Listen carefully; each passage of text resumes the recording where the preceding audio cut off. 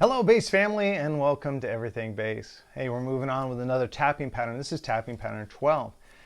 And we can't study two-hand tapping on the bass without getting into some independence. And I did it lightly with one of the previous units, but we're going to take a little bit, another baby step into developing your left hand doing one thing and your right hand doing something different. And instead of just going hardcore into a really complex thing, I'm going to give you a baby step into it. And well, let me just show you. So this pattern is constant 16th notes: 1E and a 2E and a 3E and a 4E and a. And every 4 16th notes, the first 3 notes are going to be tapped with your left hand. So we start with C sharp, D, E on the A string. Now if you count in frets, 4, 5, 7. With the right hand, we're going to use these 2 fingers and we're going up to the 14th fret and tap the 2 notes simultaneously. So that sounds like this. Again. Okay? So that is the first beat of measure 1. 1E and a. 1E and a. Now the second beat, I'm going to go to the E string but play the same fret. So I'm going to play 4th fret, 5th fret, and 7th fret. But this time I'm going to go down to the 12th fret. So that sounds like this.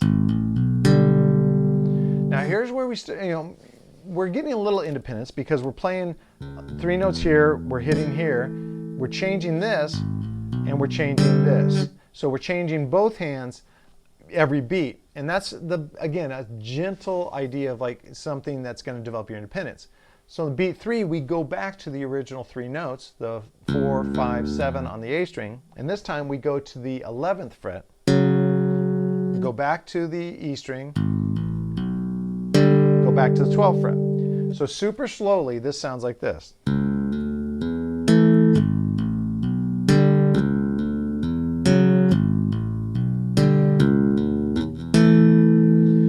Now, it's not a particularly great sounding pattern, and I admit that, but that's not what I created it for. I created it for so you start to gently get your idea of each hand doing its own thing.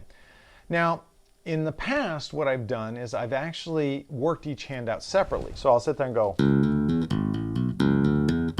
Actually, I should stay in rhythm. 1E and a, 2E and a, 3E and a, 4E and a. And you can do that too to make sure that's strong. And also, you're kind of getting a little bit of a memory, so you can almost put that on automatic. Same thing with this hand. 14, 12, 11, 12, and then put them together. Like that. It's pretty simple. It's again, not a great sound. Like I don't think, ooh, this is harmonically rich and diverse. No.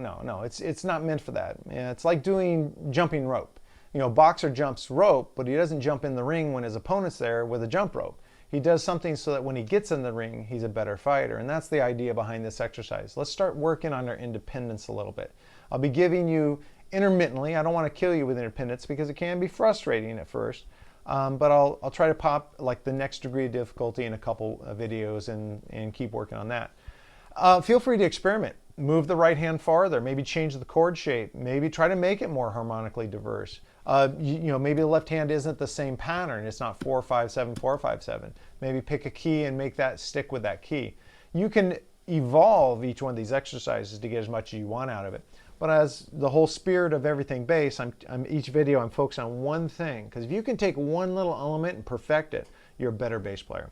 Sometimes if we take a whole bunch of stuff and you watch a video with a whole bunch of stuff, it's overwhelming. You really don't perfect it. Maybe you just barely get it, or maybe you don't even watch the whole video. But here we can focus it down, make sure you're getting the most out of it. All right, so that is tapping pattern 12. Now we're moving on to, well, this is one of the kings of tapping on the bass in my mind, Michael Manring, and his phenomenal album, Drastic Measures.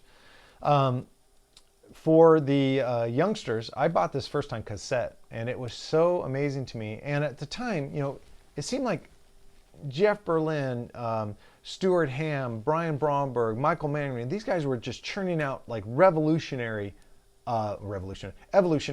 bass albums all the time. Like they were just expanding, like, wow, that's capable, that's it. And this album for me was a keystone album. So I bought it on cassette, listened to it so much, I actually wore the cassette out in record time because it was just tape. And as you heat up the tape and fast forward and rewind and pause and all that stuff, you're stretching it and it started sounding pretty bad. But phenomenal. Now there's a couple songs on here that super influenced me and they happen to be covers. The whole CD opens up with Michael doing Spirits in the Material World, which is a Police song. And I remember reading an interview with Michael about this particular track. So he comes up with, playing the harmony of the song, a bass line of the song, key elements of the melody, but then also playing the vocal melody. So he's playing what Sting is singing. And I remember reading that he didn't just like get verse 1 down and then just repeat that every time. He listened to details about Sting, like did he change the rhythm of a note? Did he bend his voice into it? Little details of Sting's vocal melody, and he incorporated that. So if you are familiar with the song, you'll hear that he's adjusting just as Sting did. And that really affected me because I love doing covers. I do something called BOA, B-O-A, bass only arrangements, using a variety of basses and like piccolo basses, 4-string, 5-string basses, a variety of bass effects. I like to take songs that are important to me and I play all the parts, except I use a drum machine for the drums, but I play all the parts using a variety of basses. And it's not so much I'm doing it to share with others, I'm doing it so I can understand like composition better and things like that. And I enjoy it, it relaxes me. Ever since this album came in and reading that article, I do the same thing now. I attempt to do the same thing. Is if I'm playing the vocal melody or I'm imitating a solo from another instrument, I try not to just play the notes. I try to get into like any of the dynamics, louder, softer, staccato, legato, slurring, things like that. I try to like get into it because it pushes me to be a better player. And I want you to try it out too. The second was his version of Purple Haze. And the reason I say this is where Spirits in the Material World was really kind of a cool bass, solo bass, direct kind of copy of the song, if you will. Purple Haze had cool elements that I thought were uniquely different from the original composition. So it was kind of, for me, it was the best of both worlds. Of course, the song Gizmo, Deja Voodoo, well, heck, you know what? I'm just going to waste your time because I think you should check out the album.